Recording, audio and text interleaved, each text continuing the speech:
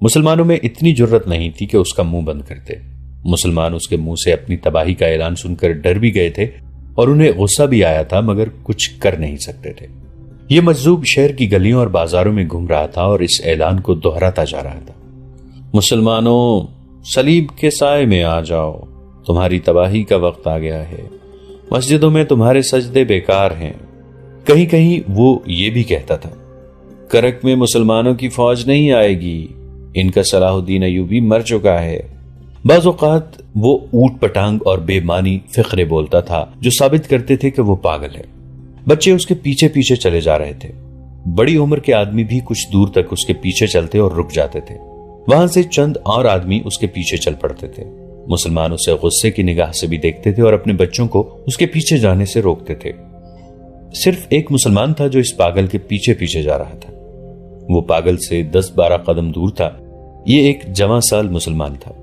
راستے میں 2 عیسائی نوجوانوں نے اسے تانے دیے۔ ایک نے کہا، عثمان بھائی تم بھی صلیب کے سائے میں آ جاؤ۔ اس نے انہیں قہر بھری نظروں سے دیکھا اور چپ رہا۔ ان عیسائیوں کو معلوم نہیں تھا کہ عثمان کے پاس ایک خنجر ہے اور وہ اس پاگل کو قتل کرنے کے لیے اس کے پیچھے پیچھے جا رہا ہے۔ اس کا پورا نام عثمان سارم تھا۔ اس کے ماں باپ زندہ تھے اور اس کی ایک چھوٹی بہن بھی تھی جس کا نام النور سارم تھا۔ اس لڑکی کی عمر 22-23 سال تھی۔ عثمان اس سے 3-4 سال بڑا تھا، جو شیلا جوان تھا۔ اسلام کے نام پر جان نثار کرتا تھا۔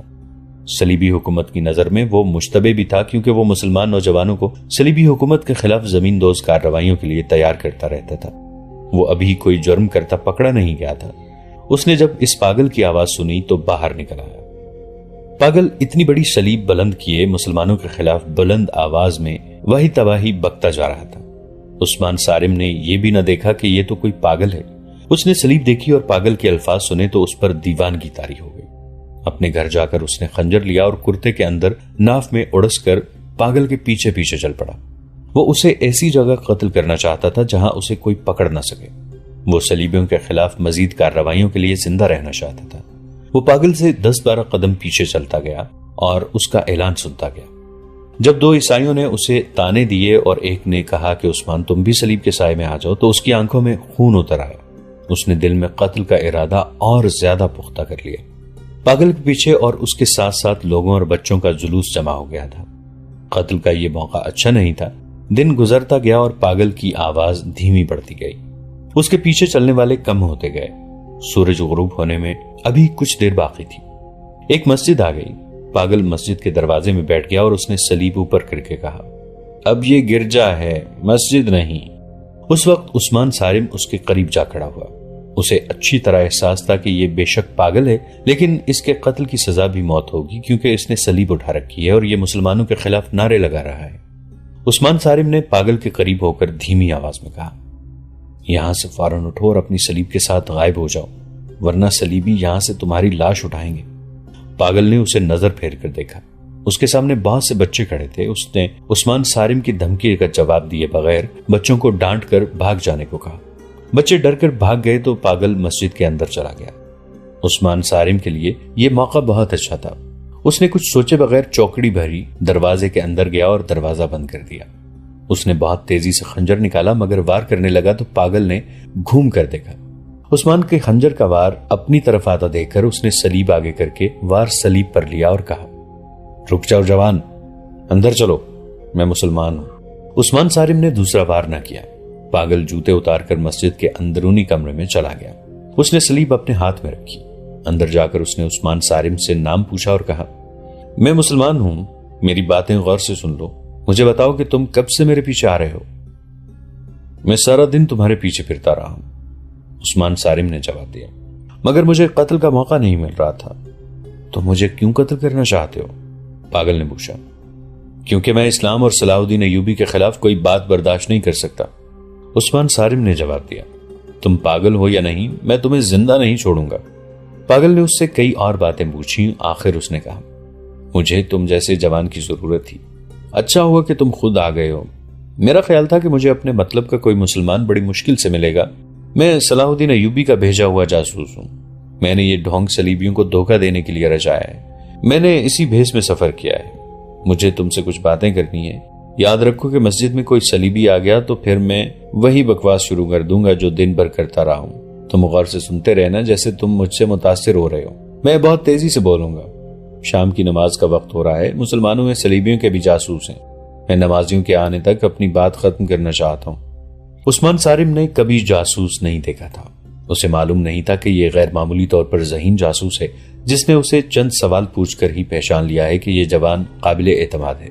جاسوس نے اسے کہا، اپنے جیسے چند ایک جوان اکٹھے کرو اور کچھ مسلمان لڑکیوں کو بھی تیار کرو.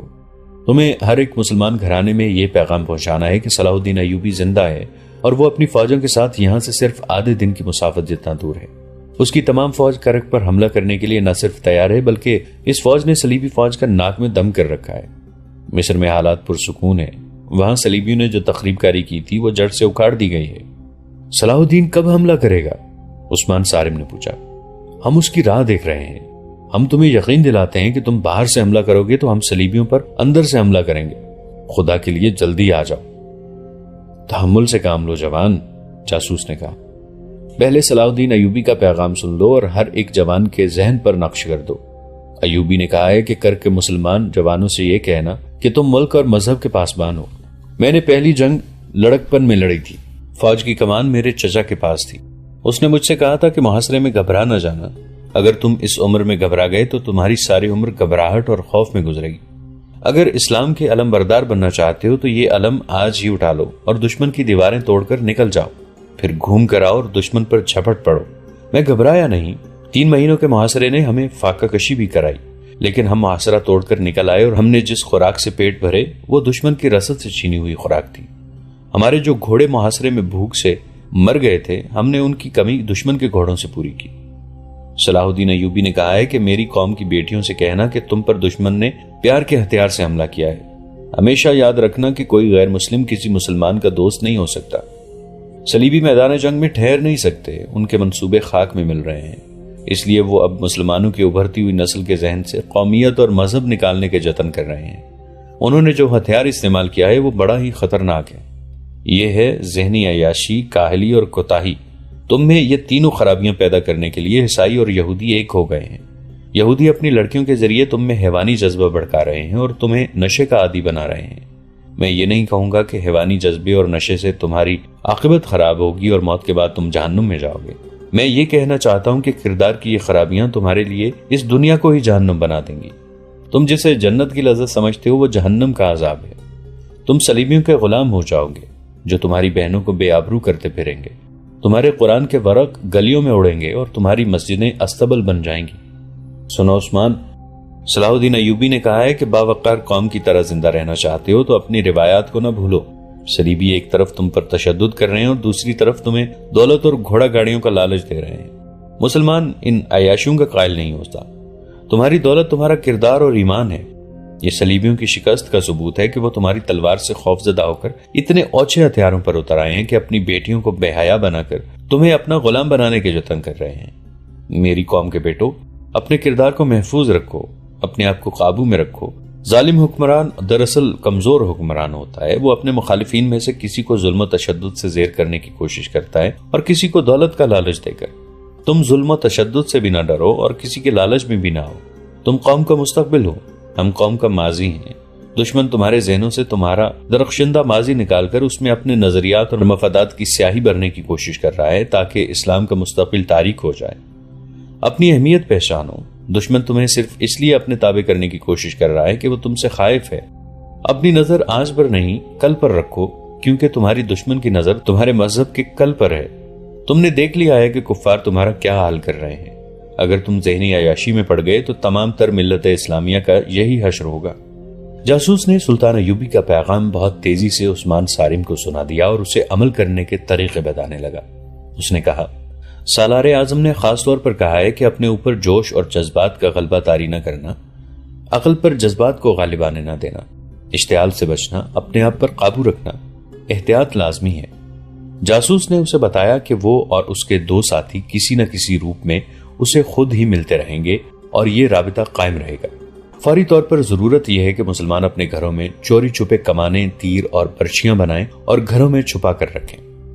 عورتوں کو گھروں کے اندر ہی خنجر اور برچھی مارنے اور واردات سے بچنے کے طریقے سکھائے۔ یہودی لڑکیوں کی باتوں پر دھیان نہ دیں، ان کے ساتھ ایسی کوئی بات نہ کریں جن سے انہیں کوئی شک پیدا ہو۔ اپنے طور پر کوئی جنگی کارروائی نہ کریں، پہلے منظم ہو جائیں پھر قیادت بنائیں۔ ہر ایک فرد کا ذرا سا بھی عمل قائد کی نظر میں ہونا چاہیے اور کسی فرد کا کوئی اقدام قائد کی اجازت کے بغیر نہ ہو۔ سورج غروب ہونے لگا تھا، مسجد کا پیش امام آ گیا۔ اسے دیکھتے ہی جاسوس نے سلیب اٹھائی اور دوڑتا ہوا باہر نکل گیا۔ باہر سے پھر وہی اعلان سنائی دینے لگا، مسلمانوں سلیب کے سائے میں آ جاؤ، تمہارا اسلام مر گیا ہے۔ امام نے عثمان صارم کو قہر بھری نظروں سے دیکھتے ہوئے پوچھا، یہ یہاں کیا کر رہا تھا اور تم نے اسے اندر کیوں بٹھا رکھا تھا؟ اسے ہلاک کیوں نہ کر دیا؟ کیا تمہاری رگوں میں مسلمان باپ کا خون جم گیا ہے؟ میں اتنا بوڑھا نہ ہوتا تو یہاں سے اسے زندہ باہر نہ جانے دیتا۔ میں اس کے پیچھے اسی لیے آیا تھا کہ یہ یہاں سے زندہ نہ نکل سکے، عثمان صارم نے کہا اور امام کو اپنا خنجر دکھا کر کہنے لگا، خدا کا شکر ہے کہ اس نے میرا خنجر سلیب پر روک لیا تھا۔ یہ آدمی پاگل نہیں، عیسائی اور یہودی بھی نہیں، یہ مسلمان ہے، صلاح الدین ایوبی کا پیغام لایا ہے۔ اس نے بوڑھے امام کو سلطان ایوبی کا پیغام سنایا اور کہا، میں اس وقت پیغام پر عمل کروں گا، آج شام سے ہی بسم اللہ کر رہا ہوں، لیکن ہمیں ایک امیر کی ضرورت ہے، کیا آپ ہماری قیادت کریں گے؟ یہ سوچ لیں کہ صلیبی حکومت کو خبر مل گئی تو سب سے پہلے امیر کی گردن اڑائی جائے گی۔ کیا مسجد میں کھڑے ہو کر میں یہ کہنے کی جرات کر سکتا ہوں کہ میں قوم سے الگ رہوں گا؟ امام نے جواب دیا، لیکن یہ فیصلہ قوم کرے گی کہ میں امیر اور قائد بننے کے قابل ہوں یا نہیں۔ میں خدا کے گھر میں کھڑا ہو کر یہ عہد کرتا ہوں کہ میری دانش، میرا مال، میری اولاد اور میری جان اسلام کے تحفظ اور فروغ کے لیے اور صلیب کو روبہ زوال کرنے کے لیے وقف ہو گئی ہے۔ میرے عزیز بیٹے، صلاح الدین ایوبی کے پیغام کا ایک ایک لفظ ذہن میں بٹھا لو۔ اس نے ٹھیک کہا ہے کہ نوجوان قوم اور مذہب کا مستقبل ہوتے ہیں، وہ اسے روشن بھی کر سکتے ہیں اور آوارہ ہو کر اسے تاریک بھی کر سکتے ہیں۔ جب کوئی نوجوان صلیبیوں اور یہودیوں کی بے حیائی کا دل دادا ہو کر لڑکیوں کو بری نظر سے دیکھتا ہے تو وہ محسوس نہیں کرتا کہ اس کی اپنی بہن بھی اس جیسے نوجوانوں کی بری نظر کا شکار ہو رہی ہے۔ یہ وہ مقام ہے جہاں قومیں تباہ ہو جاتی ہیں۔ میرے نوجوان بیٹے، خدا کے اس گھر میں عہد کرو کہ تم صلاح الدین ایوبی کے پیغام پر عمل کرو گے۔ عثمان صارم نے گھر جا کر اپنی بہن النور کو الگ بٹھا کر سلطان ایوبی کا پیغام سنایا اور کہا، النور، ہمارا مذہب اور ہمارا قومی وقار تم سے بہت بڑی قربانی مانگ رہا ہے۔ آج سے اپنے آپ کو پردہ نشین لڑکی سمجھنا چھوڑ دو۔ مسلمان لڑکیوں تک یہ پیغام پہنچا کر انہیں اس جہاد کے لیے تیار کر لو۔ میں تمہیں خنجر، تیگ، کمان اور برچی کا استعمال سکھا دوں گا۔ احتیاط یہ کرنی ہے کہ کسی کو شک بھی نہ ہو کہ ہم لوگ کیا کر رہے ہیں۔ میں ہر طرح کی قربانی کے لیے تیار ہوں، النور نے کہا۔ میں اور میری تمام سہیلیاں تو پہلے ہی سوچ رہی ہیں کہ ہم آزادی اور اپنی قوم کے لیے کیا کر سکتی ہیں۔ ہم تو مردوں کے منہ کی طرف دیکھ رہی ہیں۔ عثمان صارم نے اسے بتایا کہ سلطان ایوبی اور ان کی فوج کے متعلق جتنی خبریں یہاں مشہور کی جاتی ہیں وہ سب جھوٹی ہوتی ہیں۔ تمام مسلمان گھرانوں میں جا کر عورتوں کو صحیح خبریں سناؤ۔ عثمان صارم نے اسے صحیح خبریں سنائیں اور یہ بھی بتایا کہ مسلمانوں میں غدار اور صلیبیوں میں مخبر بھی ہیں۔ اس نے بہن کو ایسے 3-4 گھرانے بتائے اور کہا کہ ان کی عورتوں کو ہاتھ میں لو اور انہیں بتاؤ کہ ان کے آدمی غدار ہیں۔ انہیں یہ بھی کہو کہ عیسائی اور یہودی لڑکیوں کے پیار سے بچو، ان کا پیار محض دھوکہ ہے۔ کیا میں رینی کو یہاں آنے سے روک دوں؟ نور نے پوچھا۔ وہ تو تمہارے ساتھ بھی بے تکلف ہو گئی ہے، اسے میں کہوں گا کہ ہمارے گھر نہ آیا کرے، عثمان صارم نے کہا۔ وہ بہت تیز اور ہوشیار لڑکی ہے۔ رینی ایک نوجوان عیسائی لڑکی تھی۔ عثمان صارم کے گھر سے تھوڑی ہی دور اس کا گھر تھا۔ اس کا باپ شہری انتظامیہ کے کسی اونچے عہدے پر فائز تھا۔ لڑکی کا پورا نام رینی الیگزینڈر تھا۔ وہ النور کی سہیلی بنی ہوئی تھی۔ عثمان صارم کے ساتھ بھی اس نے گہرے مراسم پیدا کر لیے تھے۔ اسے دیکھ کر وہ بہت خوش ہوتی تھی۔ عثمان صارم ابھی اس کے قریب نہیں ہوا تھا۔ یہ وجیح جوان سمجھتا تھا کہ یہ عیسائی لڑکی ہے اور یہاں جاسوسی کرنے آتی ہے۔ اس نے رینی کو کبھی ناپسندیدگی کی نگاہ سے نہیں دیکھا تھا، بلکہ اس کے ساتھ ہنسی مذاق بھی کر لیتا تھا تاکہ اسے شک نہ ہو۔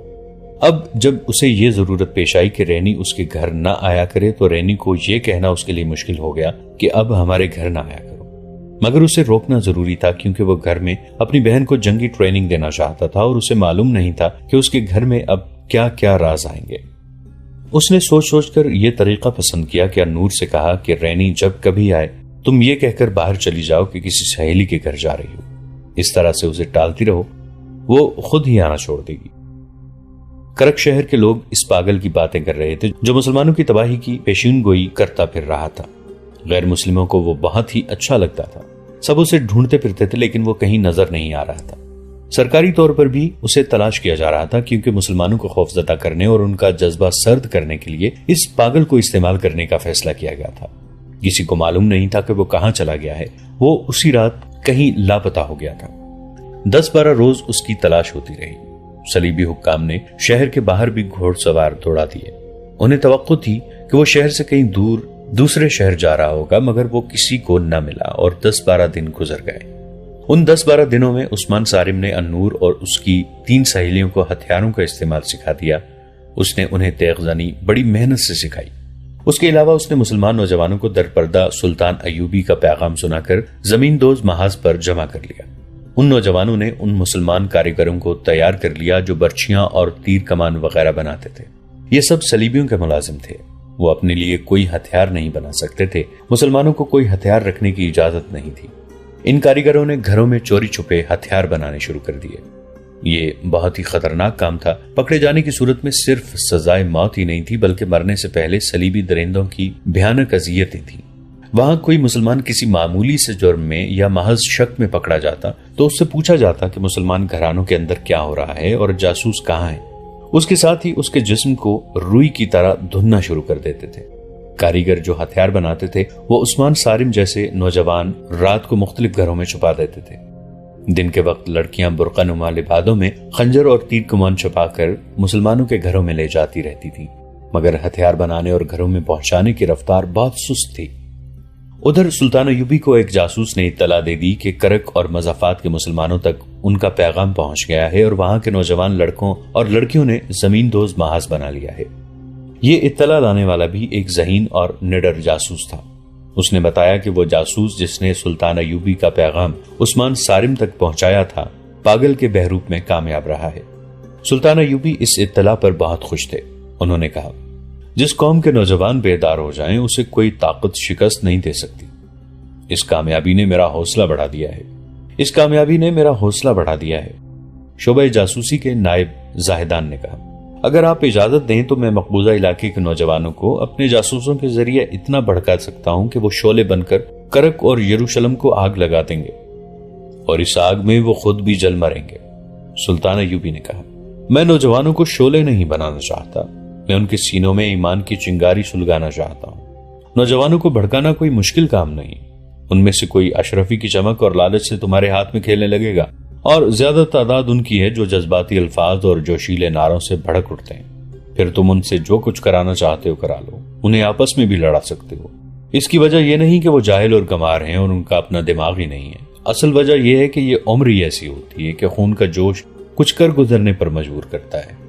اس عمر میں ذہن عیاشی کی طرف بھی مائل ہوتا ہے اور عمل صالح کی طرف بھی۔